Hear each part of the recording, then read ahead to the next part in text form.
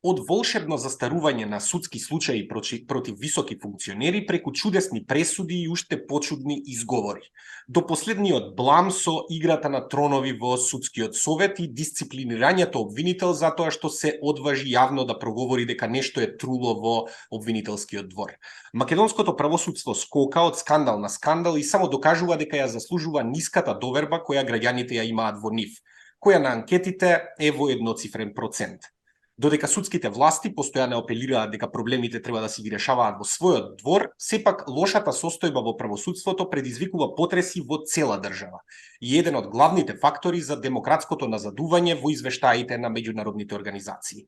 Моето име е Даниел Евросимовски, а во оваа нова епизода на дискусијата Јасно и гласно на Радио МОВ разговараме за тоа како се најдовме во оваа ситуација, како овие проблеми влијаат врз младите од земјава и кои се решенијата за барем минимално подобрување на работите во оваа област. На овие теми задоволство ми е да ги представам. Разговараме со Лејла Тутич од коалицијата Сите за правично судење и Гоце Коцевски од Македонското здружение на млади правници. Благодарам што присуствувате на оваа дискусија. Најпрво едно прашање до двајцата, така би започнал еден ваш коментар. Кога се појавува анкета со која се мери довербата на граѓаните во институциите, судската власт речиси секогаш може да се најде на дното на листата. Последната анкета на ИРИ од крајот на минатата година покажа дека само 4% од македонските граѓани имаат целосна доверба во судството и само 3% во јавното обвинителство. При вакви катастрофални бројки, колку во земјава може да зборуваме за правосудство или пак за криво судство? Лейла, може со тебе па потоа? Може да. Благодарам, Даниел, најпрво во моје лично име и во името на коалицијата Сите за правично судење за поканата и за можноста денеска да бидеме дел од оваа дискусија. Кога станува збор за анкетите и резултатите во поглед на довербата или недовербата на граѓаните во правосудството и како што сам ја спомна релевантната анкета на ИРИ од минатата година, видовме дека согласно тие резултати јавното обвинителство и судството на некој начин добија изедначени резултати во поглед на тоа колку граѓаните имаат доверба во овие две клучни институции во правосудниот сектор. Без разлика, при тоа не правејќи разлика во поглед на оние проценти на граѓани кои што целосно веруваат на овие институции и оние кои што делумно веруваат во овие две институции. Ќе се согласиме дека навистина се поразителни тие резултати од анкетата. Меѓутоа, она што би сакала јас да го напоменам е дека недовербата кај граѓаните во правосудниот сектор очигледно е дека во најголема мера произлегува врз основа на оние медиумски експонирани предмети во пракса. Кога велам медиумски експонирани предмети, мислам на оние предмети во кои што се инволвирани високи, било да се сегашни функционери или поранешни функционери, политичари или ти влијателни лица од бизнес секторот. Односно предмети во кои што секогаш постои обид да се избегне утврдувањето на кривична одговорност, на начин што судските постапки траат исклучително долго, до степен да настапи апсолутна застареност во кривичниот прогон во конкретните предмети. Не смееме да заборавиме дека ние сме држава во која што тоа влијание во судството беше, односно во целиот правосуден сектор, особено во судството, беше документирано и со аудио снимки во еден претходен период и не треба да не зачудува впечатокот на граѓаните што едноставно тие немаат доверба во правосудниот сектор со оглед дека сите случувања кои што се поврзани со овие предмети од јавен интерес, граѓаните некако ги поврзуваат со содржината од тие аудио снимки кои што беа јавно пласирани и во чија што содржина директен увид има и самите граѓани, односно тие имаа можност да се запознаат со содржината од тие снимки. За крај само би кажала уште една работа, сметам дека ова не би требало да ја наруши глобалната слика за судството, од причина што овие медиумски експонирани предмети на некој начин ги засенуваат сите оние други судски постапки во кои што биле донесени законити одлуки и кои што станале правосилни откако претходно биле проверени од страна на повисоките судски инстанции во смисла на апелациониот суд и во определени случаеви Врховниот суд на Република Северна Македонија. Гоце? Бројките се поразителни, во тоа се целосно согласувам. Поразителни се до степен да самиот легитимитет на судството да одлучува во спорови, да одлучува за кривични дела е доведен во прашање, имајќи во предвид дека нели сите пресуди се изрекуваат во граѓаните на Република Македонија, па кога имате толку ниска доверба се поставува прашање дали навистина пресудите се изрекуваат во нивно име.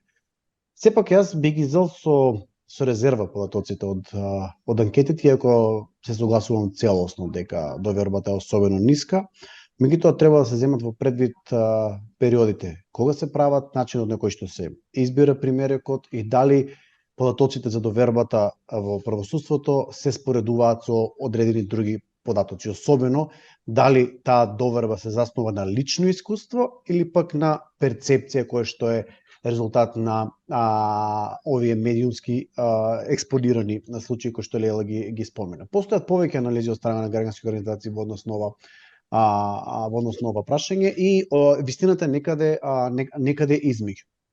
Да, медиумски експонираните случаи имаат навистина големо влијание од една проста причина. Доколку вие гледате одредени лица, независно дали се високи политичари, дали се некои бизнисмени или на друг начин мокни личности, кои што со години избегнуваат одговорност, иако постојат значителни индици дека постојат дека треба да одговараат за одредено или кривично дело. И кога гледате дека тоа не се случува, многу е нормално да вие самите очекувате, ако тие не одговараат, зошто и јас би одговарал, и на тој начин да се руши самата доверба во еден систем кој што единствено може да постои ако граѓаните имаат доверба во него. Меѓутоа, од друга страна, и самите искуства на граѓаните, се во зависност за кои видови на предмет, исто така имаат влијание. Многу често, особено кога се работи, например, за жртви на кривични дела, особено жртви на специфични кривични дела, каде би ги истакнал жртвите на родово базирано насилство, жртвите на говорот на омрза, жртвите на дела против здравието, несовесно лекување на болни и слично, едноставно гледаме дека самиот правосуден апарат и тука би потенцирал и обвинителството и судството, едноставно не го даваат одговорот на јасен и убедлив начин за граѓаните, за да може да тие да бидат сигурни дека навистина кон нивните барања, кон нивните жалби, поплаки, преставки, пријави се постапува. Така да се работи за особено сериозен проблем кој што уште повеќе доаѓа до израз, имајќи во предвид дека ова е нешто хронично, ова не е нешто кое што се случи сега во последните 2-3 години, туку таа е болка кој што нашиот правосуден систем ја влече речиси 20 на години. Лела, еден од последните негативни примери се случувањата кои буквално можевме во живо да ги гледаме како се случуваат во судскиот совет. И покрај сите критики кои дојдоа од експертската јавност за незаконити одлуки, прекршени процедури, повици за одговорност од членовите на судскиот совет, можно ли е сега ова највисоко тело во судството да продолжи да работи како ништо да не се случило? Така, значи последната случувања во рамки на судскиот совет, кој што е тело кое што се наоѓа на врвот на хиерархијата, во деталите нема да навлегувам, нема да се навраќам со оглед дека сите ги проследивме тие случувања, беа навистина предмет на остра критика, како од страна на невладиниот сектор и од страна на универзитетски професори, независни експерти, меѓутоа и од страна на заволјана вистината од страна на меѓународната заедница. И овие случувања неспорно е дека ќе останат евидентирани во рамки на извештаите, било од националните субјекти кои што вршат мониторинг врз состојбата, меѓутоа секако и од меѓународната заедница, што особено проблематично доколку имаме предвид дека ние сме држава која што ги има отпочнато преговорите и држава која што сака час поскоро да пристапи кон Европската унија и да стане земја рамноправна членка на Унијата. Дефинитивно, доколку ги сумираме впечатоците од последните случувања во Советот, можеме да кажеме дека Советот во изминатиот период целосно ги има изигнорирано изигнорирано регулативата, особено Законот за судскиот совет и деловникот кој што регулира работата на Советот, и има постапено целосно спротивно на оние принципи на транспарентно и отчетно работење. Сметам дека овој состав на Советот единствен начин, кредибилен начин кој што би требало да биде направен е да овој состав на Советот си поднесе оставка и да бидат избрани целосно нови членови на Советот. Нови членови на Советот кои што ќе продолжат, ќе се фокусираат на своите надлежности, ќе се фокусираат на соодветно толкување и примена на релевантните прописи и ќе водат сметка за јавниот интерес и ќе се едноставно ќе во иднина ќе внимаваат да нивните лични недоразбирања не бидат доведени во прашање, да ситуацијата ескалира како што ескалираше во изминатиот период. Така што сметам дека е најсоодветно доколку имаме целосно нов состав на Советот. Гоце, со тебе сега би прешол, нешто слично се случуваше, например, и со обвинителката Ленче Ристоска, која упати низа критики кон Советот на јавни обвинители, обвинувајќи дека таму владее клиентелизам и дека унапредувањето во обвинителската служба, дека за унапредување се потребни политички врски. Така, ако ми дозволиш, Даниел, само на кратко, еден коментар во однос на случувањето во Судскиот совет, па ќе преидам на твоето прашање. Случувањето во Судскиот совет можеби е добро што се случија, што се обзнанија јавно, затоа што тоа што се случува таму, запознавачите во составите во правосудството веќе подолг период е нешто кое што е познато. Односно дека се работи за установа, за институција со несоодветни човечки капацитети за вршење на функциите кои што се доверени. Ние, за жал, имаме пример како од една институција замислена сосема добро, да биде надвор од законодавната извршната власт, да се избираат повеќе од мнозинството, да се избираат директно од судиите, другата половина да се избираат од собранието, делот на предлог на председателот.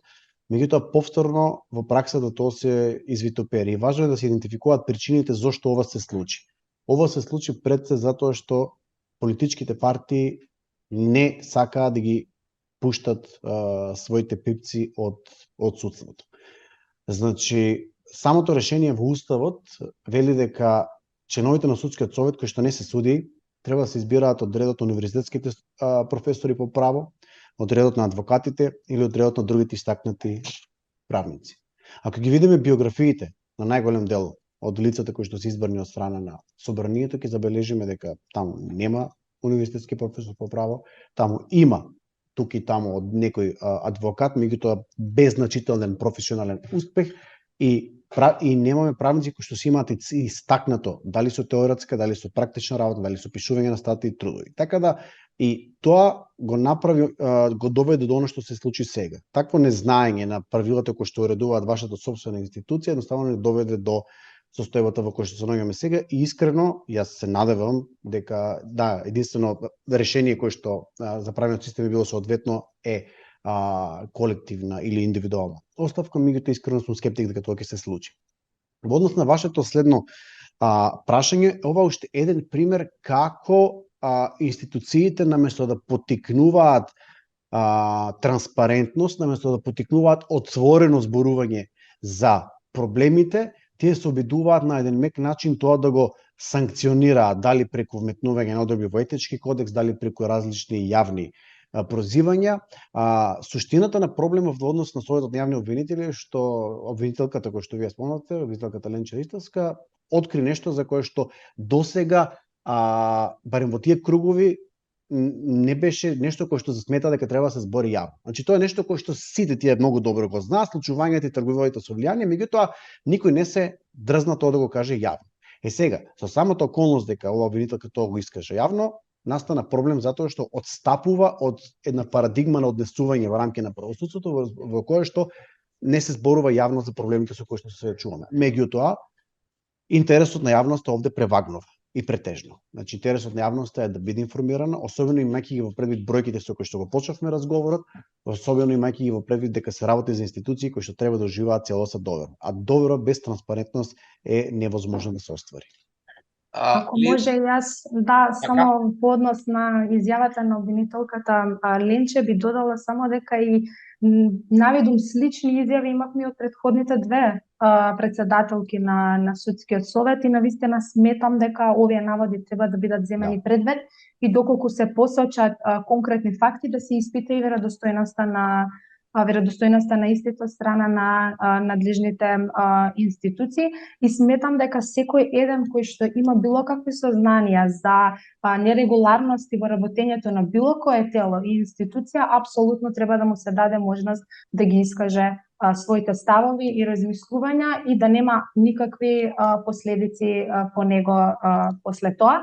Особено што мислам дека ова, ако не се лажам, ова изјава беше дадена за време на научна конференција во која што обвинителка тупати јавни критики до советот, па потоа они на некој од наредните седници дури иницираа постапка по однос на оваа обвинителка, токму во делот на нејзиното излагање до етичкиот совет, кој што понатаму ќе се цени дали има прекршувања на одредбите од етичкиот кодекс. Лела, предходно ги споменавме оние високопрофилни случаи кои ја брануваат македонската јавност последниве неколку години. По бомбите и шарената револуција, главна парола во државава стана нема правда, нема мир. И покрај десеттици вакви случаи против високи функционери во земјава, перцепцијата во јавноста е дека казните за нив се повеќе исклучок од колку што се правило во судските постапки. Ова важи и за бивши, но и за некои актуелни функционери од оваа последна власт. Граѓаните сведочат на едни бавни, мачни процеси, една слика на неказнивост, каде речиси секоја недела застарува по некој судски случај, се изигрува некаков правниот систем. Како еве вие како млади правници реагирате кога ќе слушнете дека некој нов случај застарел или дека се изиграло повторно некако правото? Ме интересира дали вие сте фрустрирани од тоа што се случува? Апсолутно, значи ние претходно доколку немавме предмети со висока корупција, сега веќе во последните години како имаме предмети со висока корупција, меѓутоа некако имаме впечаток дека тешко се стигнува до правда и во овие предмети. Тука би го лоцирала проблемот во обидите да се влијае врз лицата кои што постапуваат по овие предмети на начин што ќе се искористат определени правни празнини кои што постојат или едноставно ќе се злоупотребат процесните овластувања. А сето тоа секако во насока да се избегне кривичната одговорност, а сето тоа како последица на непостоење или ти недостаток на интегритет кај лицата кои што постапуваат во овие предмети, дополнително подпомогнато со определени подпомогнато со демонстрација на моќ, на закани, на ветувања и слично. Сметам дека кога ќе го надминеме она размислување дека извршната власт може да влијае врз судиите на начин што понатаму ќе влијае врз нивното, има моќ да влијае врз судиите на начин што понатаму ќе влијае врз нивниот кариерен развој, било да е тоа во позитивна или во негативна насока и кога судиите ќе се фокусираат исклучиво на примена на законите, сметам дека не би се довеле во ситуација да дозволиме да имаме предмети во кои што постапките се одолговлекуваат до тој степен да едноставно настапи застареност во предметот и да понатаму истата не може да се движи, да се тера со постапка. Гоце, потврли ли државава во испорачување на правда во овие високи коруптивни случаи? Многу краток е одговорот, да. да се навратам на претходното, како правник гледате на сите овие случаеви, кога е очигледно дека намерно, свесно се застаруваат одредени предмети? Еден мој колега имаше као метафора да си правник во Македонија е исто како да си веган на Роштилијада во Лесковац. Значи, шала настрана, се работи за свесно занемарување и за кое што треба да има соодветна одговорност. И токму впрочем повторно се враќаме на улогата на судскиот совет. Значи, многу јасно се идентификува одговорноста. Кој орган треба да утврди дали во одреден случај одреден предмет е намерно држан во фиока, намерно е застанен или било што. Наместо тоа да гледаме ние утврдување на одговорност, ние го гледавме она што го видовме. Така да државата и текако потврли, а особено е поразително тоа што сега правиме спорове пред 4-5 години, постоеше она навистина изворна поддршка од граѓаните и очекување дека во однос на владењето на правото, во однос на правосудството ќе се решат работите. И факт е дека одредени работи, особено во однос на законската рамка, се подобрија, меѓутоа отсуствува, и ова ќе го кажам најотворено, отсуствува искрена политичка волја за надминување на проблемите и дополнително она кое што јас го очекував, а го гледам се изјавува јавно и од други практичари, професори по право, а тоа е дека и самите суди и обвинители треба да се завршат дел од работата. Тие треба да бидат многу погласни, да не бидат само изолирани изјави како што беше случајот на обвинителката Ристева, туку треба да бидат малку по-артикулирани во однос на реагирање на вакви случувања, затоа што нивната професија е доведена во прашање, поточно низиниот углед. Лела, кога младите во Македонија ги гледаат сите овие проблеми во правосудството, на телевизија, застарување на случаи, функционери кои не завршуваат во затвор, туку, не знам, одат во отворено одделение, менуваат лични карти и слично, како влијае тоа на нив? Особено кога знаеме дека тие веќе се во една апатична атмосфера, барем тоа го покажуваат истражувањата, студиите, дека се чувствуваат безперспективни, дека гледаат само да ја напуштат државава. Како ова влијае на младите? Апсолутно дека има влијание во однос на сите граѓани, вклучително и на младите.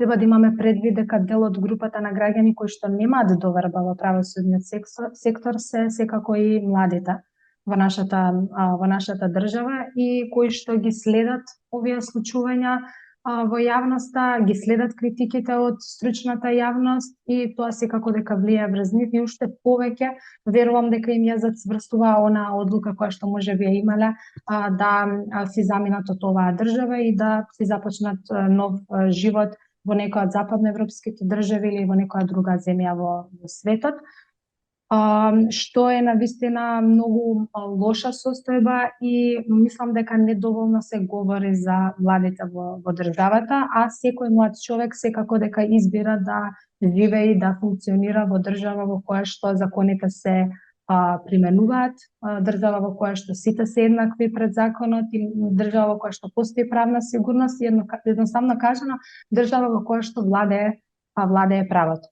По однос на овој дел јас би спомнала уште една работа, тоа се младите правници, бидејќи јас сум релативно млада и сум од последните генерации, условно кажано, што завршија правен факултет при Јустинијан I. И за мене како млад човек е навистина поразителни последните истражувања што беа направени во поглед на вкупниот број на запишани студенти на правните факултети. Тоа мислам дека траеше еден ден, после тоа мислам дека веќе никој не говори за тие податоци, а сметам дека се навистина многу важни и дека ова прашање треба да се актуализира.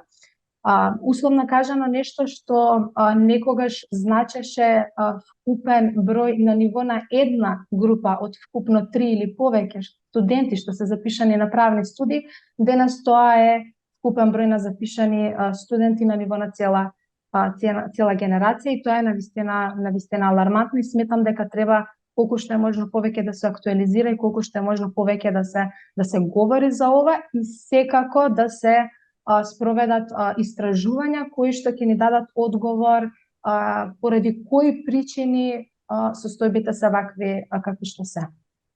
Тоа што правен, политикологија и новинарство се трите факултети на правниот факултет во Скопје, кои што сите имаат еден вака вртоглав пат надолу, веројатно доволно покажува за какви се состојбите во овие области. Гоце, би сакал со тебе да прокоментираме и за тоа повторно еве се активира оваа негативна пракса на носење на закони, повторно со едно европско знаменце, повторно има караници помеѓу власта и опозицијата, кој е во право, кој е во грешка. Експертската јавност и невладиниот сектор повторно е гласен, дури и меѓународната заедница, но еве мене ме интересира зошто повторно се инсистира на некои работи за кои што сметаме дека веќе сме ги надминале. Затоа што се сака да се избутка нешто за кое што нема јавна поддршка. Тоа е краткото прашање, затоа што и покрај декларативните заложби и ветувања да се избегне употребата на носење на закони по скратена постапка или ти со додавање на така нареченото европско знаменце, сепак кога се во прашање одредени други интереси, едноставно властите прибегнуваат кон тоа решение. Во контекст на последните случувања, овде се работи за целосна злоупотреба на институтот на европско знаменце, за кое што претпоставувам веќе најголем дел и од јавноста е свесна дека знаменцето постои исклучиво за усогласување на македонското законодавство со законодавството на Европската Унија. Не за да се изградуваат коридори кои што се дел од европските коридори. Значи тоа треба да не биде расчистено. Меѓутоа, самото постоење на знаменце не значи дека и не треба да има дебат. Значи, законите треба да се носат во процес во кој што ќе биде транспарентен и инклузивен уште пред да бидат донесени во собранието. Наместо тоа ние имаме ситуација во кој што ни се сервираат решенија кои што без да навлегуваме во нивната оправданост или неоправданост се обидуваат да се протнат на сила, а при тоа имаме во најмала рака и најблаго кажано решение кои што се особено проблематични. Ќе го истакнам законот за работни односи во однос на прашањето поврзано со прековремените работни часови, понатаму законот за урбанизам, нешто кој што исто така не засега сите. Така да треба да се знае дека представничкото тело, законодавниот дом е централното тело каде што се носат закони. Меѓутоа тие закони треба да се носат низ соодветна дебата и со соодветно претходно направени анализи. Неквалитетни законски решенија во голем дел придонесоа за деструкција и девастација воопшто на системот во нашата држава. Така да се надевавме дека тоа ќе се спречи, дека нема да се случува, меѓутоа еве, за жал праксата продолжува и понатаму. За самиот крај на оваа дискусија, Лејла и Гоце, за двајцата едно прашање, кои еве според вас се неопходните реформи, кои треба да се направат за правосудството да се стави на некој колосек и да тргне на позитивен правец работава. Знам дека често аргументите на пример на власта се за некои работи ни треба двотретинско мнозинство, немаме консензус, немаме ова, немаме она. Може ли воопшто да се решат овие проблеми во правосудството? И кои се вашите предлози? Еве Лејла па Гоце. Да, можам јас. Значи, ние како држава сме некако препознатливи по тоа дека постојано носиме некакви стратегии, постојано планираме во која насока ќе се придвижат работите, кон што целиме како држава, планираме определени активности кои што сакаме да ги имплементираме, доставуваме нели прилог акцијски планови за стратегијата, меѓутоа она што отсуствува се промени. Промени во вистинска смисла на зборот. И искрено сметам дека треба да бидат направени неколку работи. Сметам дека треба да се направат измени во регулативата, во оние делови во кои што ќе биде укажано дека истите се предмет на злоупотреба од страна на странките во постапката. Сметам дека треба да се направи објективна селекција на кандидати при влез во Академијата за суди и јавни обвинители, меѓутоа и потоа при нивниот избор од страна на судскиот совет и советот на јавни обвинители, како кадар кој што ќе ги пополни овие судски места и јавно-обвинителски места. Сметам дека треба да се воедначи судската практика, бидејќи ние навистина имаме невоедначена судска практика. Ние тоа го гледаме и од мониторингот на судски постапки, кои што како организација континуирано го спроведуваме, и таа невоедначеност на судската практика не е само на ниво на различни апелациони подрачја, туку е евидентно дека постои на ниво на едно апелационо подрачје, така што на тоа дефинитивно ќе мора да се работи. Ќе мора да се работи на подигнување на свеста, односно нивото на интегритет кај судиите и јавните обвинители. Како што кажав и предходно во оваа дискусија, сметам дека или интегритетот отсуствува, или постои недостаток на интегритет кај судиите и јавните обвинители кои што постапуваат по овие предмети, на начин што истите ќе имаат еднаков пристап во предметите, без разлика кој се јавува како странка во постапката, и се со цел да на тој начин и се даде до знаење на јавноста дека правдата е достижна и дека никој не може да ја избегне благодарение на функцијата која што ја обавува во моментот или која што ја обавувал предходно, врз база на неговиот статус во општеството или ти материјално состојба. Гоце? Нема едноставно решение да имаш едноставно, од сега ќе го знаевме, ќе го имавме. Она што е особено важно е граѓаните да бидат што е можно поактивни и да ги казнуваат политичките елити за ова што се случува. Меѓутоа, реалистични да бидеме, тоа е навистина тешко да се случи во краток рок. Тоа што може да се случи е да се бара оставка од институциите, да се зајакне надзорната функција над парламентот, над извршната власт, извршната власт да ги обезбеди условите кои што се неопходни за работа на судското, пред се однесува на судскиот буџет, и да има што е можно поголема јавност во однос на изборот на членовите например, на членовите на судскиот совет и членовите на советот на јавни обвинители. Значи, нивниот процес да биде јавен, нивната работна биографија да биде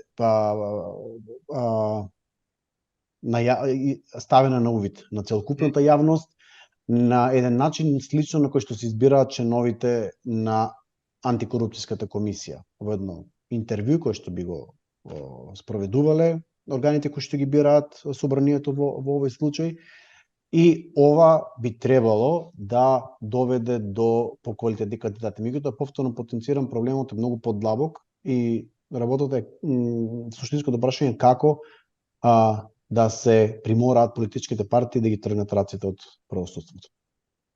Како?